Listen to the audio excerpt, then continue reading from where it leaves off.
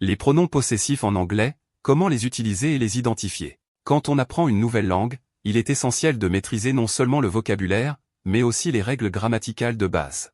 Aujourd'hui, nous nous concentrons sur les pronoms possessifs en anglais, un sujet fondamental à connaître pour s'exprimer correctement. Les pronoms possessifs sont peut-être déjà familiers pour beaucoup d'entre vous, car ils font partie des éléments clés abordés dans les cours de base. Dans cette leçon, nous allons revoir ensemble leur usage, puis terminer avec un exercice pour mettre en pratique ce que vous avez appris et vérifier votre compréhension. Partie 1. Les pronoms possessifs en anglais, leur rôle et leur usage. En anglais, les pronoms possessifs, tout comme en français, servent à remplacer un adjectif possessif suivi d'un nom, ce qui rend les phrases plus naturelles et évite les répétitions. Imaginons une discussion entre deux personnes parlant de leur voiture. La première pourrait dire « ma voiture est bleue ». Au lieu de répéter « ma voiture », la seconde pourrait répondre plus simplement « la mienne est rouge ». Dans cet exemple, la mienne est un pronom possessif, remplaçant ma voiture pour exprimer la possession de manière plus concise. Par exemple, au lieu de dire « This is my book », puis « This is your book », on peut dire simplement « This is mine and this is yours ». Partie 2. Les pronoms possessifs en anglais. Voici la liste des pronoms possessifs en anglais, accompagnés de leurs équivalents français. Mine. Le mien, la mienne, les miens, les miennes. Yours. Le tien, la tienne, les tiens, les tiennes. His. Le sien, pour un homme. Hers. La sienne, pour une femme. Its. Le sien, la sienne, pour un objet ou un animal. Ours. Le nôtre, la nôtre, les nôtres. Yours, plural. Le vôtre, la vôtre, les vôtres. Theirs. Le leur, la leur, les leurs. Remarque les particularités des pronoms possessifs en anglais. La liste des pronoms possessifs en anglais est nettement plus simple qu'en français.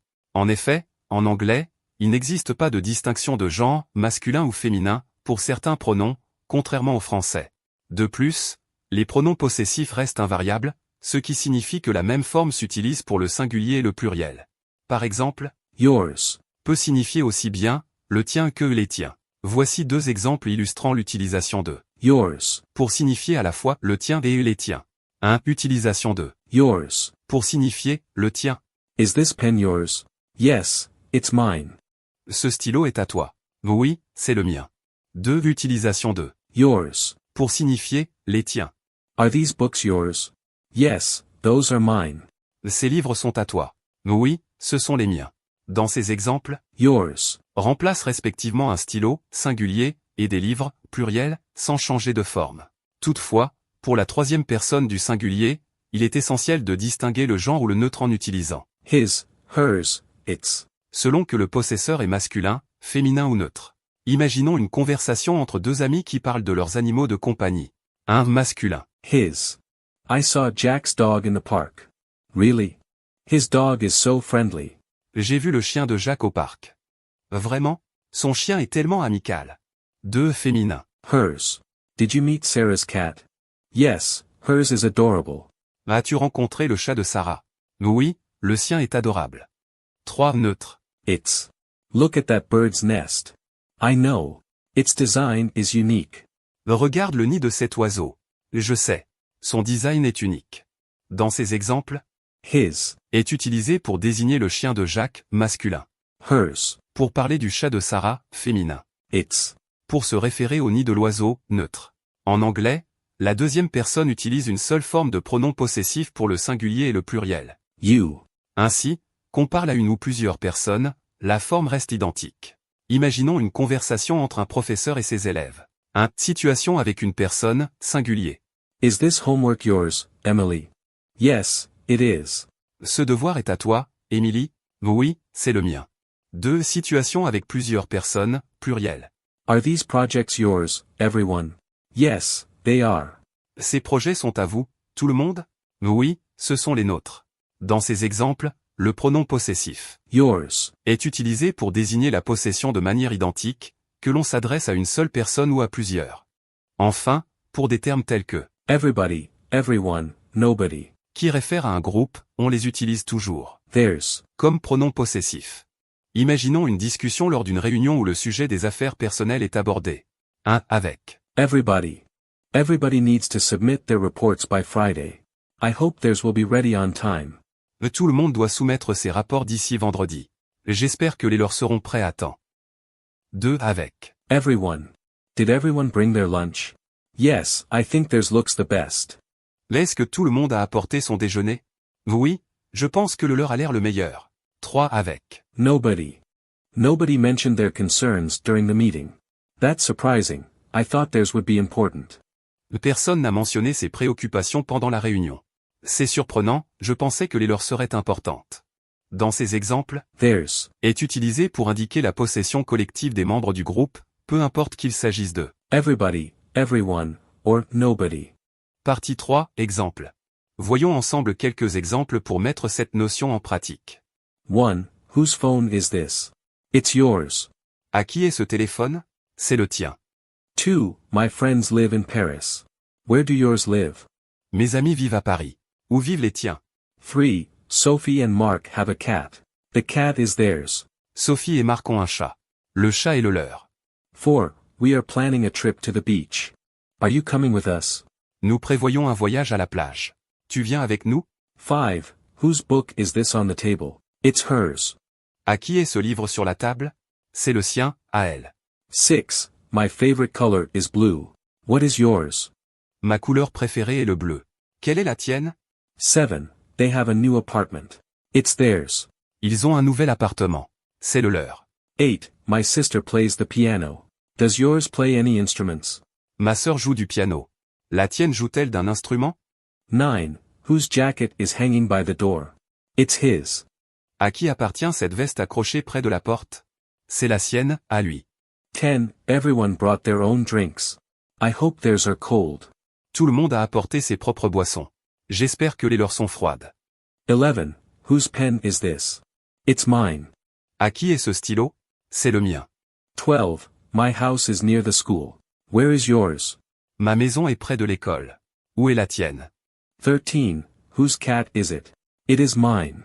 À qui est ce chat? C'est le mien. 14. My birthday is next week. When is yours? Mon anniversaire est la semaine prochaine. Quand est le tien? 15. I have borrowed several books from Luke and Amy. The big one is hers. J'ai emprunté plusieurs livres auprès de Luc et Amy. Le gros est le sien, à elle. Ces exemples illustrent l'utilisation des pronoms possessifs dans des contextes variés. Partie 4, la différence entre les pronoms possessifs et les adjectifs possessifs.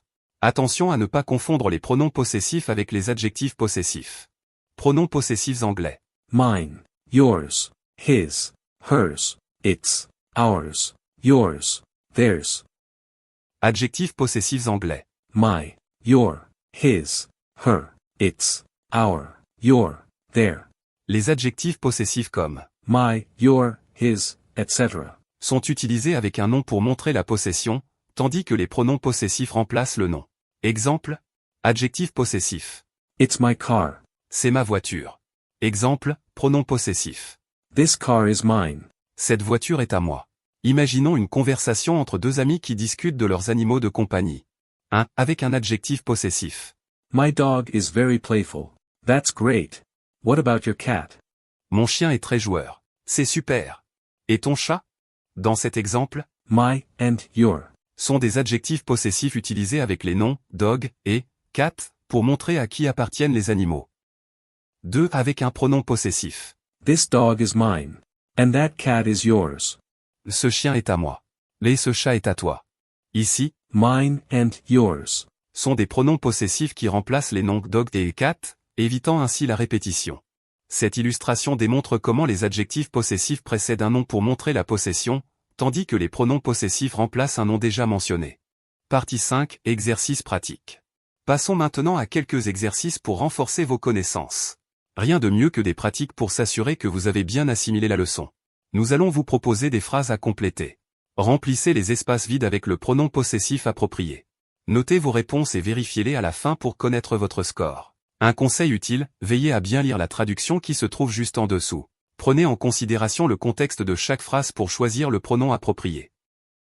1. The bicycle you see by the entrance is. Le vélo que tu vois près de l'entrée est le mien. 2. Who is the girl sitting next to Alex? Are you talking about Sophie? She is a friend of. Qui est la fille assise à côté d'Alex? Tu parles de Sophie? C'est une de ses amies. 3. I just returned from my trip and I have gifts. This one is for Mia and this is. Je viens de rentrer de mon voyage et j'ai des cadeaux. Celui-ci est pour Mia et voilà le tien.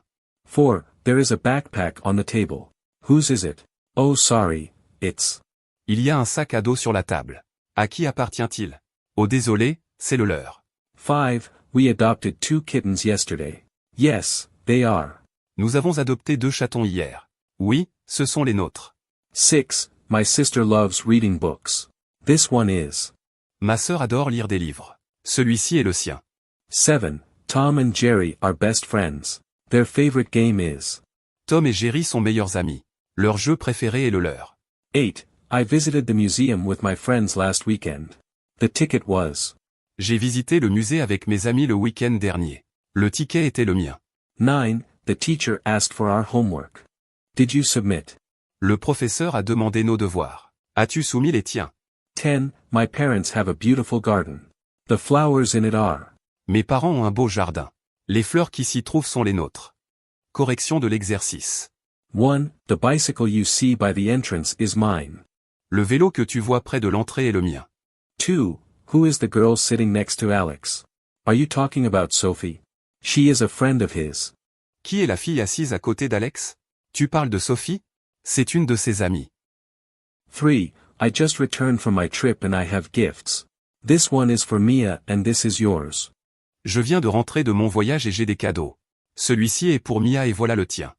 4. There is a backpack on the table. Whose is it? Oh sorry, it's theirs. Il y a un sac à dos sur la table. À qui appartient-il? Oh désolé, c'est le leur. 5. We adopted 2 kittens yesterday. Yes, they are ours. Nous avons adopté 2 chatons hier. Oui, ce sont les nôtres. 6. My sister loves reading books. This one is hers. Ma sœur adore lire des livres. Celui-ci est le sien. 7. Tom and Jerry are best friends. Their favorite game is theirs. Tom et Jerry sont meilleurs amis. Leur jeu préféré est le leur. 8. I visited the museum with my friends last weekend. The ticket was mine. J'ai visité le musée avec mes amis le week-end dernier. Le ticket était le mien. 9. The teacher asked for our homework. Did you submit yours? Le professeur a demandé nos devoirs. As-tu soumis les tiens? 10. My parents have a beautiful garden. The flowers in it are ours. Mes parents ont un beau jardin. Les fleurs qui s'y trouvent sont les nôtres.